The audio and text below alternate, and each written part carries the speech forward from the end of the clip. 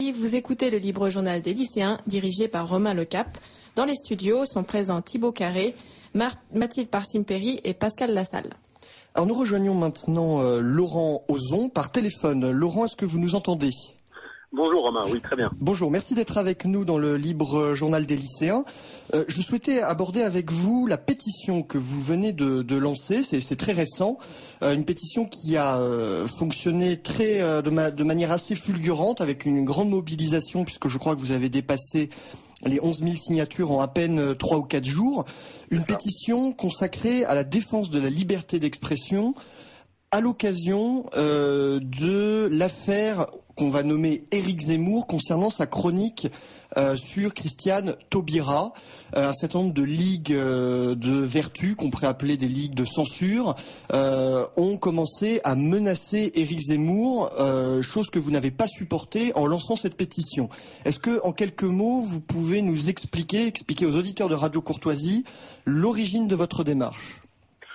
C'est assez simple en fait. Maison Commune, qui est le mouvement que je dirige, qui est un mouvement le mouvement localiste protectionniste, a assisté en même temps que quasiment tous les Français à la mise en place extrêmement rapide d'une sorte de cabale contre Éric Zemmour suite à une chronique qu'il a fait contre Christiane Taubira, bien connue personnalité politique, bien connue pour son sectarisme, et suite à cette chronique, on a commencé à voir arriver des communiqués maintenant de toutes les associations liberticides habituelles, SOS Racisme, RAP, enfin toutes ces organisations financées avec nos impôts et qui n'ont pour fonction quelque part, qui n'ont que pour fonction de nous faire taire.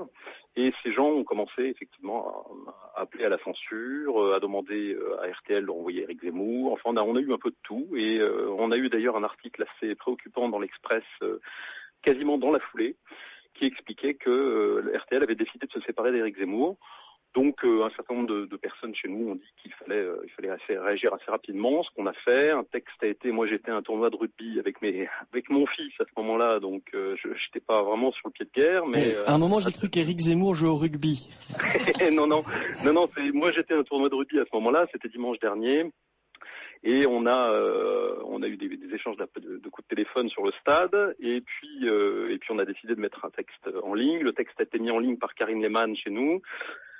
C'est un texte qui dénonçait le rôle de ces associations et qui appelait au respect de la liberté d'expression, de la liberté de polémique, de la liberté de critique, parce que je crois que c'est vraiment un sujet, ça a toujours été un sujet, c'est un sujet depuis 30 ans. C'est 30 ans qu'on nous bâillonne, ça fait 30 ans qu'on nous empêche de débattre, de discuter sur tous les sujets qui nous préoccupent. Et à l'occasion, je dirais, de cet événement médiatique, de ce semblant de début de polémique autour de Éric Zemmour a-t-il ou non le droit de s'exprimer, on a voulu réagir assez vite.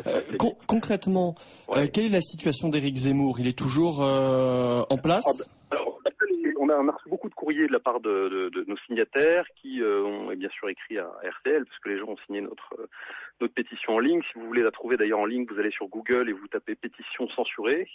Pétition censurée, vous tomberez directement sur la pétition. Donc, pourquoi pétition censurée ? Je crois que parce que de façon absolument incroyable, cette pétition a été postée le dimanche, le samedi ou dimanche. Le dimanche, elle a reçu en l'espace de 48 heures presque 5000 signatures, et le site qui l'hébergeait, qui est un site soi-disant favorable à la démocratie directe, à la liberté d'expression, qui pense que c'est important que les gens puissent s'exprimer, etc. Ce site s'appelle Avaaz, A-V-A-A-Z. Eh bien, ce site de bobos prétentieux a purement et simplement décidé de supprimer la pétition en ligne, de l'enlever sans préavis, sans explication et sans préavis. Donc après qu'elle ait obtenu plus de 5000 signatures, leur site internet principal était saturé des signatures pour cette pétition, c'est vous dire. C'est-à-dire qu'on voyait toutes les signatures défiler, elles étaient toutes pour cette pétition-là. Et donc ça s'est monté très très vite chez eux. Le site, la pétition a été supprimée. Elle a été repostée une deuxième fois sur le même site.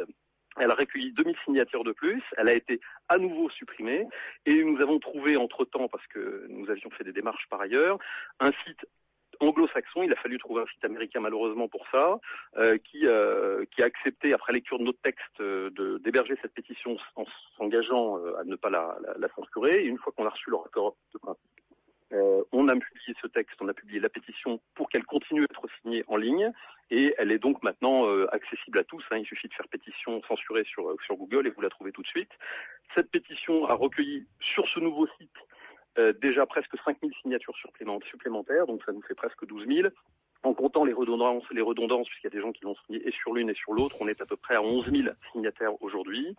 Et le moins qu'on puisse dire, c'est que c'est... Donc c'est suffisant pour peser sur les décisions de la direction de la radio ou même sur le magazine L'Express. D'ailleurs, je crois que Éric Zemmour a fait un procès à L'Express pour divulgation de rumeurs infondées. On sait très bien que l'article de l'Express avait une vocation, c'était d'un peu de tester, si vous voulez. Il s'agissait de voir, derrière cet article de l'Express, il s'agissait de voir s'il y aurait des réactions. Il s'agissait de voir si la perspective d'une censure pure et simple d'Éric Zemmour était susceptible de provoquer un petit peu des débats, des réactions, ou si tout ça tombait à plat, personne n'en avait rien à faire. Et le moins qu'on puisse dire, c'est qu'ils n'ont pas été déçus du voyage, puisqu'effectivement, je vous dis, en 4 jours, on avait presque 11 000 signataires. La pétition continue à tourner, mais il y en a une qui maintenant préoccupe beaucoup plus les gens, parce que tout le monde s'est aperçu que dans cette affaire-là, un certain nombre d'organisations jouent un rôle central. Ces organisations sont le MRAP, SOS Racisme, la LICRA, France Terre d'Asile, etc. Ces associations sont des associations que j'hésite pas à qualifier de liberticides. Et le pire, c'est que ces associations sont financées avec nos impôts, avec notre argent, alors qu'il existe pourtant des lois qui permettent à un particulier de faire un don pour une organisation de son choix, des dons qui sont d'ailleurs souvent déductibles d'impôts, à hauteur de 60 et quelques %. Eh bien, comme les dons qui sont faits à Radio Courtoisie. Comme les dons qui sont faits à Radio Courtoisie. Donc chaque personne, je dirais, a la liberté de pouvoir donner de l'argent à une organisation qu'il a envie de soutenir. Je trouve qu'il est absolument insupportable que par-dessus ça, en plus, nos gouvernements, nos maires, nos députés, nos présidents des responsables ou conseillers régionaux, nos élus, nos exécutifs se croient autorisés à affecter des millions d'euros chaque année, des dizaines de millions d'euros chaque année, à des organisations qui n'ont pour fonction que de nous priver de notre liberté. Et donc nous avons, dans la foulée de la pétition d'Éric Zemmour, qui effectivement est aujourd'hui très bien relayée, nous avons mis en place une deuxième pétition qui, elle, est une pétition de long terme, puisque nous espérons recueillir 50 000 signatures.